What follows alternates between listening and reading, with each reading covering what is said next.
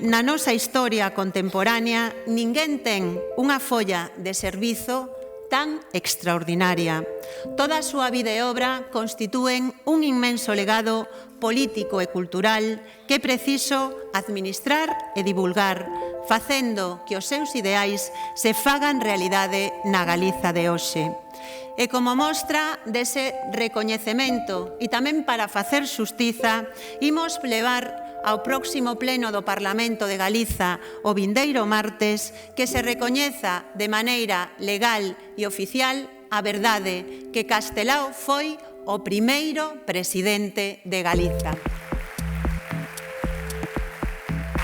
Un recoñecemento que debe ter carácter oficial e legal, porque está históricamente xustificado, porque é reparar tamén a nosa memoria histórica e colectiva e porque este feito debe significar un orgullo para as nosas institucións e para o noso pobo.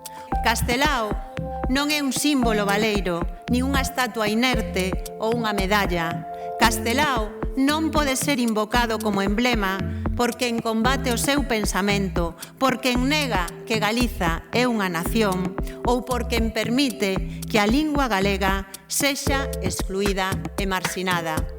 Castelao debe ser unha fonte de inspiración e compromiso, guía na defensa de Galiza e das súas clases populares e exemplo de solidaridade con todos os povos do mundo que sofren opresión e injustiza desde o Sáhara a Palestina.